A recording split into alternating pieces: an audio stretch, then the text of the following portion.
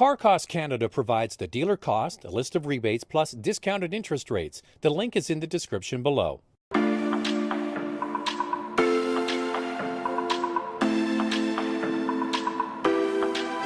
Well, here it is. It's the Mazda 3, but not any Mazda 3, the Mazda 3 with all-wheel drive. And they're selling it with the sedan or the hatchback, the sport model that you see here. If you want all-wheel drive in the Canadian market, you have to buy it with the 2.5-liter engine, which is the engine most people are buying anyway. We'll get into the different trims and packages as we go through the review, but I just want to start out by talking about the new design language. The wheelbase is the same as the last car. Now, Mazda claims this is a new platform, maybe just heavily modified. We'll get into what they've done to make it different, and it is quite noticeable as we go through the review. But on styling, there are main differences now between the sedan and this hatchback.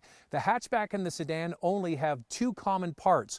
That's the hood and the rocker panels down the side. Everything else is different between the two cars. And what they decided to do is really differentiate between the kinds of buyers that are going to go for the sedan and those that want the hatchback. And a big part of that is in the hatch, the C-pillar, that's the metal area between the rear wheel and the rear window, is much bigger than before. They made the rear window a little bit smaller, they moved it forward, and you get that massive area of sheet metal. It's also the widest part of the car, and it looks kind of like an arrow shooting forward. Now, it's up to you to decide whether you like it or not. To me, it's a little bit polarizing, and they kind of wanted that with this car to separate it distinctly from the sedan version. It's one of those things when you see it, you kind of have to think to yourself, do I like it or not? The thing is, when you see it on the road, it certainly has road presence. What you get with this new model, though, you get standard LED headlamps, front and back. It's the nose of the latest Mazda cars that really is quite striking. And the back, you're getting an integrated tail lamp that kind of reminiscent of the CX-5. So you tell me, what do you think of it? Do you like the design or not? Let's get inside. We'll talk about what to me is the real selling point of this vehicle, and that's the interior, and we'll see if it's good in the snow.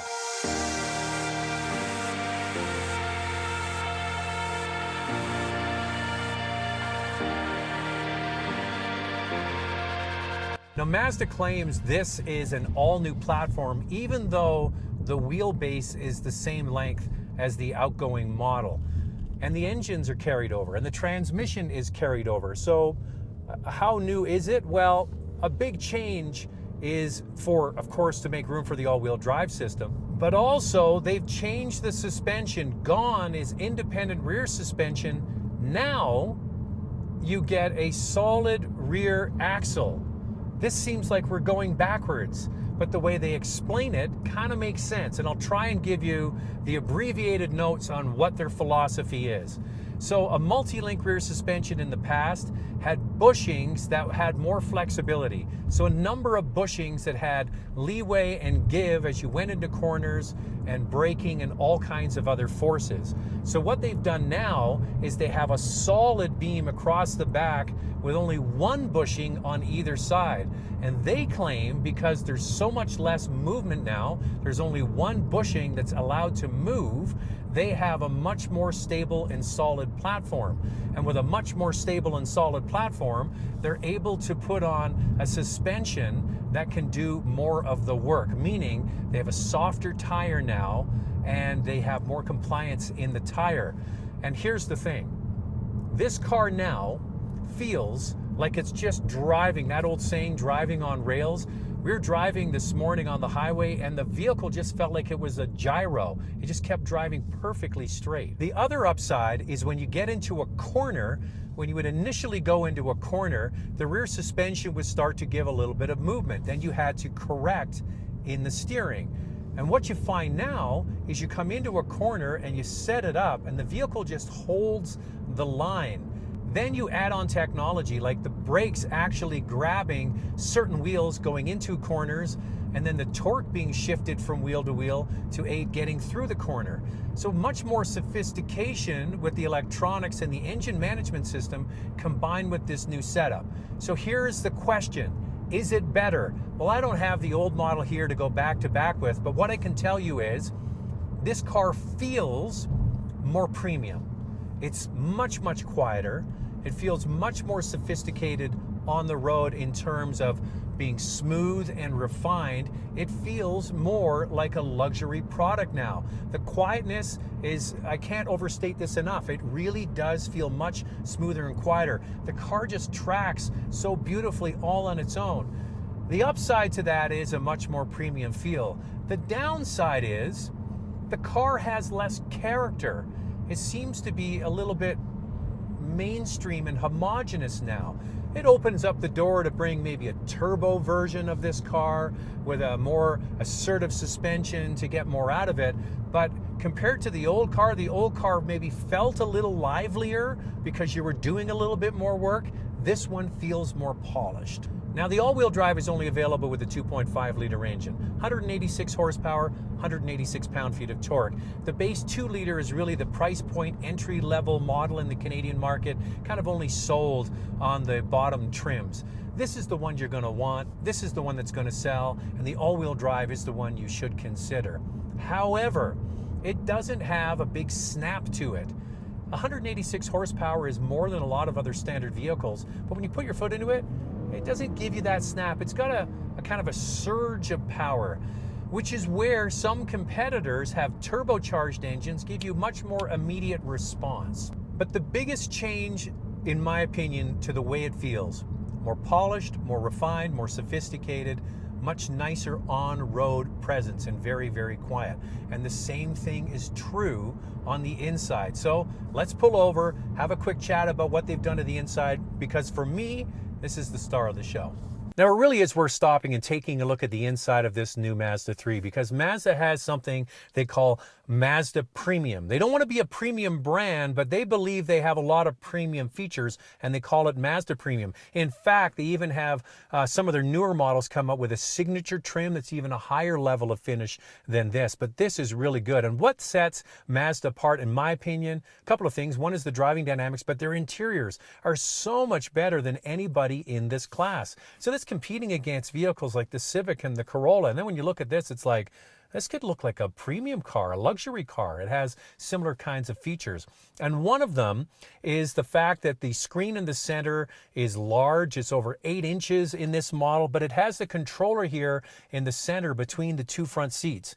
Nobody else in this category is doing an infotainment system like this. It's no longer touch sensitive and controlled here. It's only controlled through the wheel and buttons here in the center console. And that's all done to keep you focused on the road and being able to feel for yourself the buttons here and get into the different functions without having to take your eyes off the road.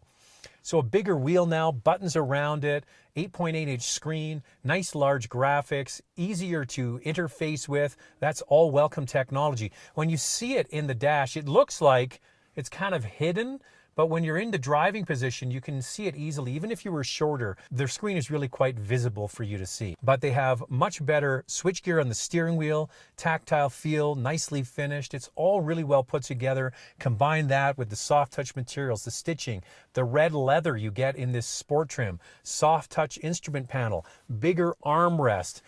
All of this comes together to give it a premium feel, even though they're not charging a premium price tag. Now, one thing you have to think about, back seat in the sport model, because it is a totally different shape than the sedan, the windows are smaller, being moved forward, you get that high, what's called belt line. So getting in, the headroom is okay, the legroom is good, and the view out the window is kind of narrow, so that's okay. It's okay for adults, but for little kids, they might not want to sit in the back for long. But that's why they sell a sedan. That's why they sell SUVs. For people that want more room and space, Mazda will give you one of those. So let's finish it up by going on an ice course.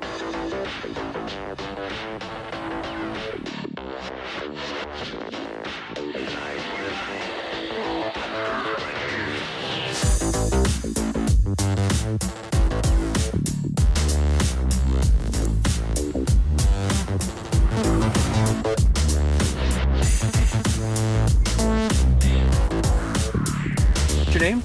Jeff White. Jeff White, nice to meet you. Nice to meet you too. And we're going to do the left side. Okay, so what are we doing? We're doing the winter handling course here, and what car are we in?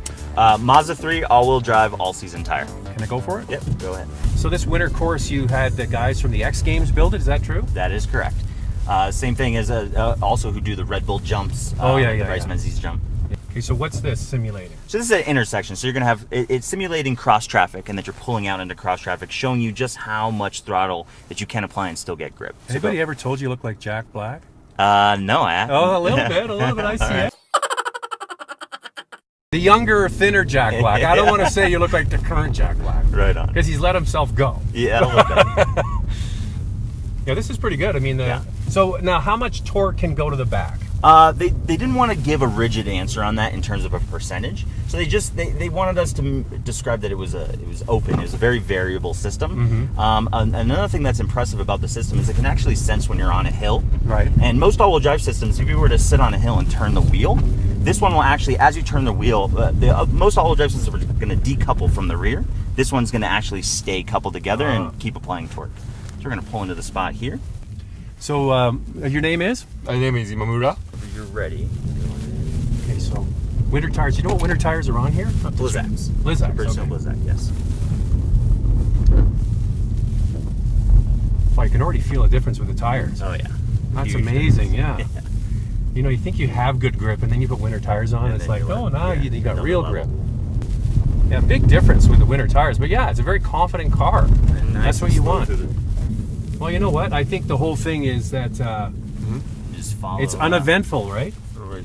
So that's what you want. You don't want to have any surprises.